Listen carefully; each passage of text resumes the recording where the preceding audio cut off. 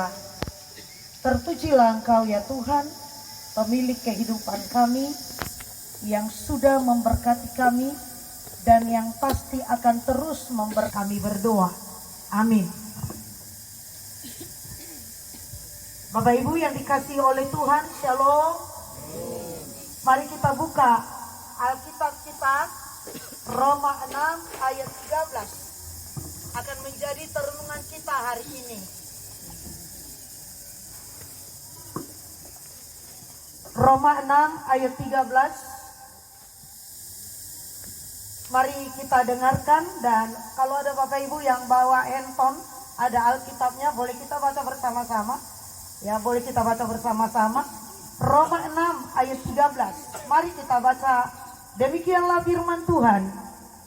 Dan janganlah kamu anggota-anggota tubuhmu kepada dosa untuk dipakai sebagai senjata kelaliman, tetapi serahkanlah dirimu kepada Allah sebagai orang-orang yang dahulu mati, tetapi yang sekarang hidup. Dan serahkanlah anggota-anggota tubuhmu kepada Allah untuk menjadi senjata-senjata kebenaran. Demikian pembacaan kita hari ini. Terima kasih untuk Bapak Ibu dari kerukunan keluarga Palesan yang mengizinkan saya membawa firman Tuhan hari ini. Senang bertemu dengan Bapak Ibu. Saya sepertinya sudah ada 2 atau berapa kali saya ke Palesan. Saya berapa kali melayani di sana, dan terakhir kalau saya tidak salah 2 bulan lalu waktu ada satu sekolah buat kegiatan di Palesan. Dan sekarang saya boleh ketemu Bapak Ibu. Yang belum mengenal saya perkenalkan diri. Nama saya Rotua Siregar, saya orang Batak, sudah lama tinggal di Toraja, dan saya berdomisili di Rancepao. Rumah saya di dekat Hotel Misliana. Saya buka sekolah dan saya pelayanan anak. Saya anggota jemaat, saya pendeta, tapi saya bukan lagi pendeta jemaat. Saya anggota jemaat di Gereja Toraja, Jemaat Karunganga. Gerejanya di belakang Hotel Misliana. Itu perkenalan dari saya. Ya. Hari ini kita belajar tentang tema hidup sebagai alat kebenarannya. Kebenarannya itu apa? Pakainya. Itu berarti kita hidup sebagai alat kebenaran orang lain. Betul ya? Berarti kalau dikatakan hidup sebagai alat kebenarannya, berarti bukan hidup sesuai kebenaranku. Setuju ya Bapak Ibu ya? Kalau dikatakan hidup sebagai alat kebenarannya, berarti ada orang di luar saya memakai saya sebagai alatnya untuk menyatakan kebenaran. Kebenaran di sini dia memakai kata aletheia. Itu kebenaran yang tidak bisa diganggu gugat. Bapak Ibu, akhir-akhir ini kalau Bapak Ibu suka melihat FYP-nya di TikTok, ada satu namanya sekarang Kristen progresif. Kalau Bapak Ibu lihat itu Kristen progresif berkata begini, sesungguhnya tidak ada kebenaran. Tidak ada kebenaran. Yang ada, kalau menurutku itu benar, itu benar. Contoh, kalau saya, minta maaf nih Bapak Ibu kalau kebetulan ada di antara kita, tapi saya yakin tidak ada. Kalau saya berteman dengan temanku yang selingkuh, dan dia bilang aku selingkuh karena istriku udah kurang cantiknya, saya akan menerima itu kebenaran, walaupun salah. Tapi bagiku itu kebenaran. Ya, contoh kedua, kalau misalnya itu kebenaran, dan kebenaran menurut Kristen progresif itu, kalau orang banyak menerima itu berarti itu benar. Nah, kita hari ini berbicara sebagai orang Kristen yang merayakan Paskah hari ini. Saya ulangi, kita bedah kalimat ini. Hidup sebagai alat kebenarannya. Berarti bukan kebenaranku, bukan kebenaranmu, tapi dia. Nah, gitu ya. Jadi, kalau misalnya saya buat cerita begini. Menurutku benar, menurut Bapak Ibu benar, tapi menurut dia tidak benar, berarti tidak benar. Setuju ya Bapak Ibu ya? Itu kebenarannya. Saya ulangi, menurutku benar. Dan Bapak Ibu karena akrab dengan saya, Bapak Ibu berkata, yes itu benar. Tapi kita rujuk kepada benar. Nah, sekarang kita mau belajar yang pertama. Bagaimana kita tahu kebenarannya? Itu dia dulu. Ya, saya khotbahku tidak akan panjang karena mengingat cuaca dan kuliah masih banyak hadiah dan masih ada arang di belakang. Jadi kita dilingkari oleh kebenarannya. Jadi saya beda dulu, Bapak Ibu ya, kita beda dulu kalimat ini. Hidup sebagai alat, berarti kita mau dipakai. Setuju Bapak Ibu ya?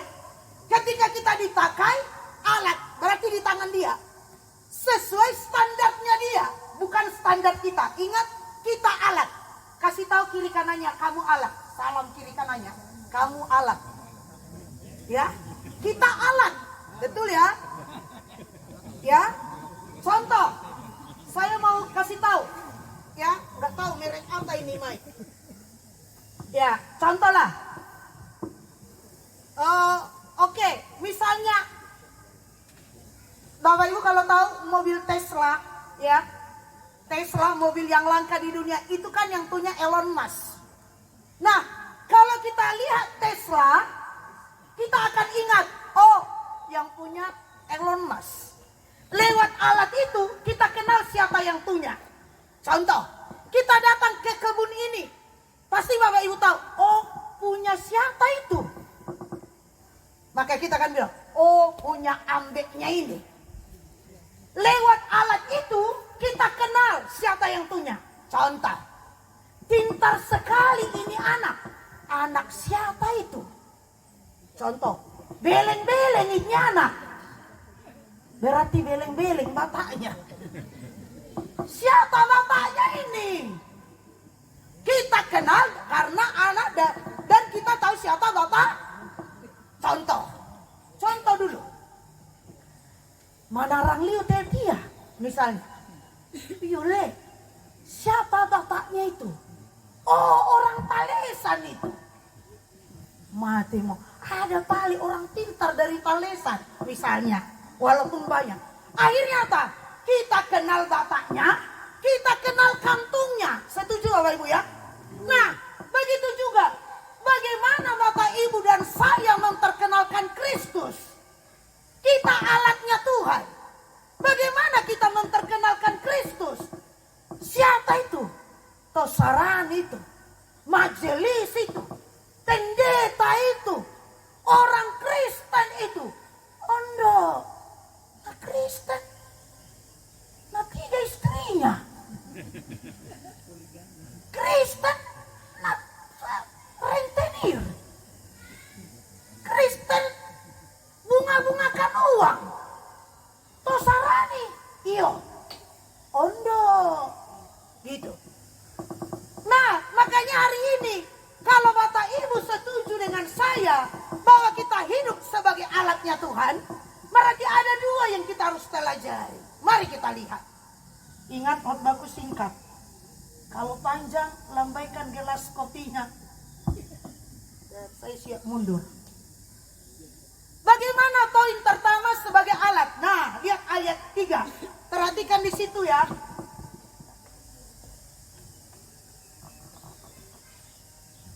Oke. Bapak Ibu perhatikan di situ.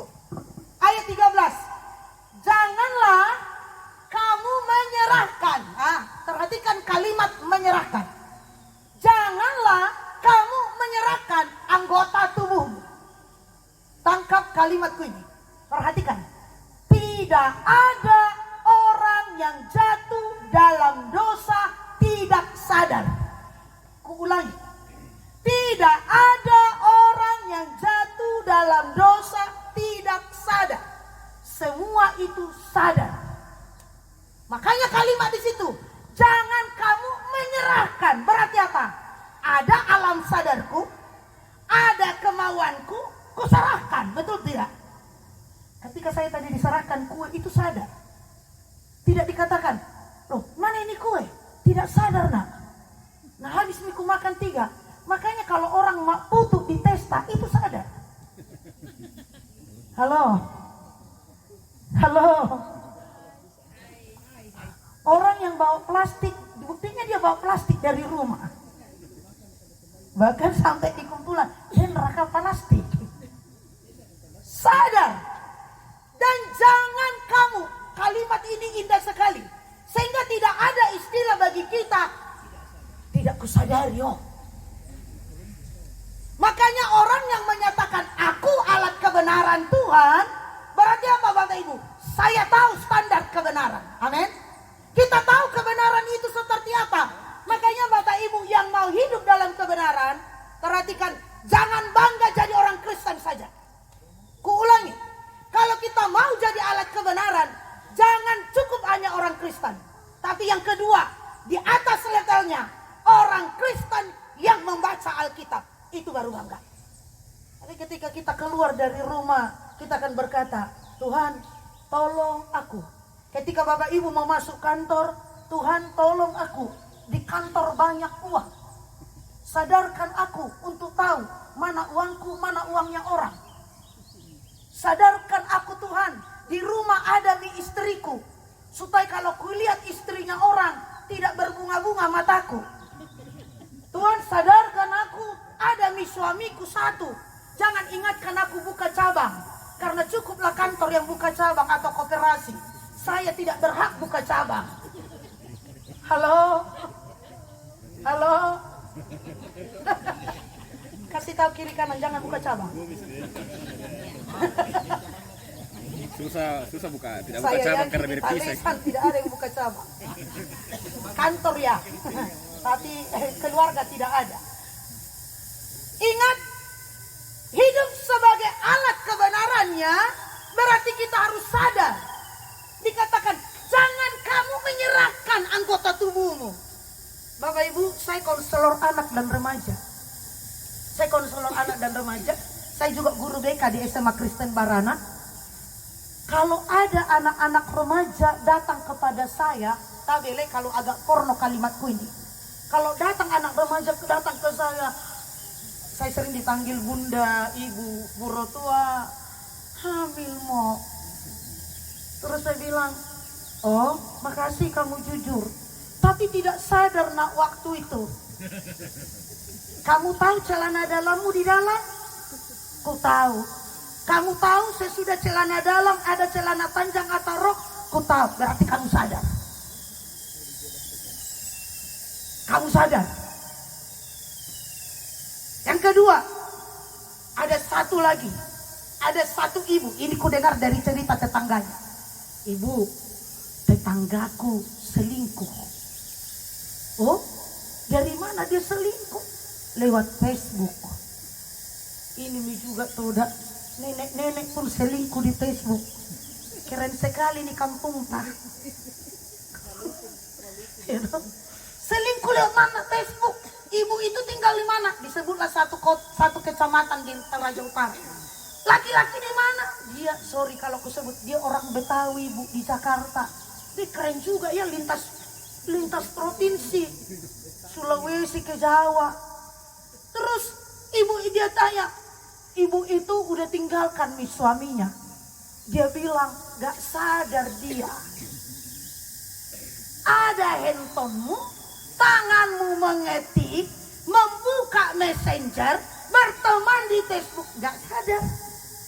Sehingga hari ini kita boleh katakan orang yang jatuh dalam dosa itu sadar. Saya ulang kedua, dia sadar itu melakukan, tapi yang kedua, dia sadar dia melakukan, tapi kadang dia tidak tahu itu kebenaran atau tidak. Hati-hati Bapak Ibu, kebenaran relatif ada. Apa kebenaran relatif? Contoh, kalau kau bisa selingkuh, aku juga bisa selingkuh. Itu relatif.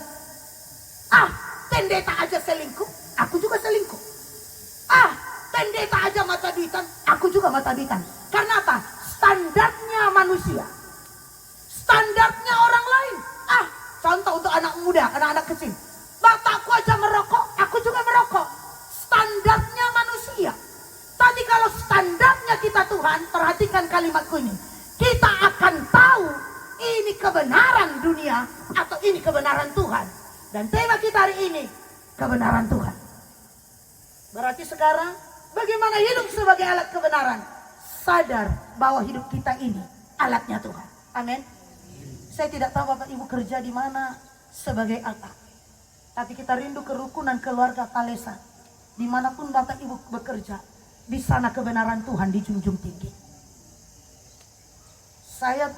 Kita rindu lewat ibadah kerukunan ini. Dimanapun keluarga Talesan ada, sadar aku bukan hanya namaku yang kubawa, tapi ada nama keluargaku, ada nama kampungku, ada nama Tuhanku. Itulah alat kebenaran. Yang kedua dan yang terakhir, mari kita lihat.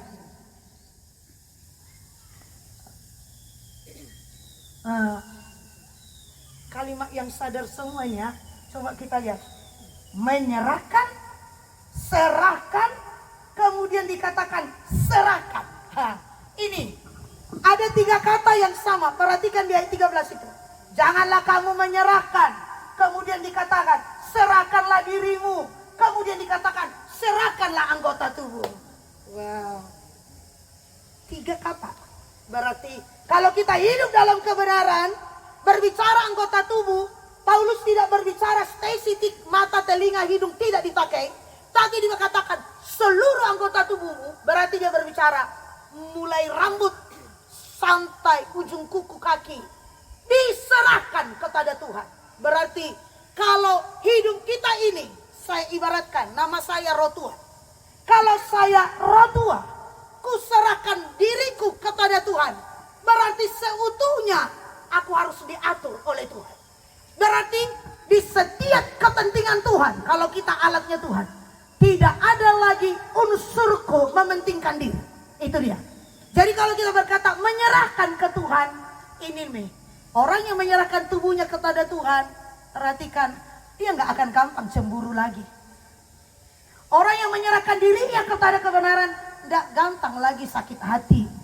Orang yang menyerahkan dirinya kepada Tuhan, nggak iri hati lagi lihat temannya lebih kaya. Ya kan? Ini yang membuat kadang kita tidak bahagia hidup. Kenapa kita tidak bahagia hidup? Kita cenderung melihat orang lain yang lebih kaya dari kita. Nah, pulang mie itu temanmu merantau. Nah, kiriman mie uang sama neneknya. Kau ya,